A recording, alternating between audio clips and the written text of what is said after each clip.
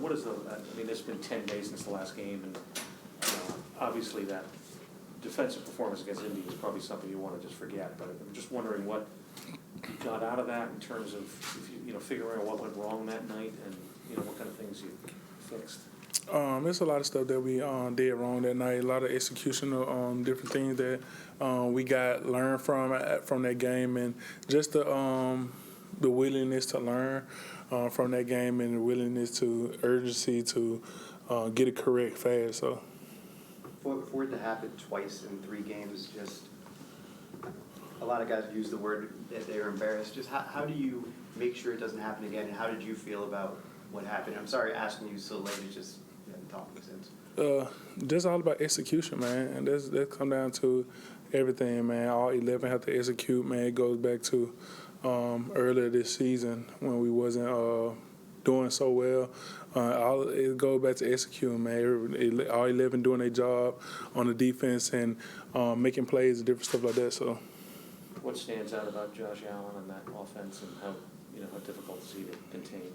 That offense is super good, man. Josh Allen is a great quarterback, great runner, explosive arm, and great receivers, make good catches down the field, and great offense in general. So, what did you see Jacksonville do to them last week? What did they film? They played great defense, so and executed every single play and different things like that. That they made plays, and Josh Allen, the defensive end, made a lot of big plays and did a lot of great things. So.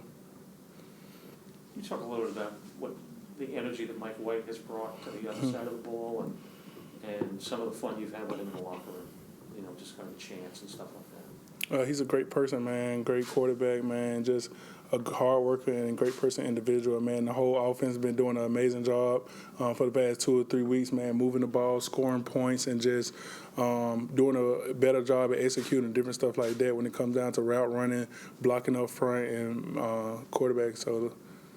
How much fun have you guys had with the chants and stuff like that? And is there any ringleader amongst the group that, is chanting Mike White when he comes in the locker room? He was talking about that yesterday.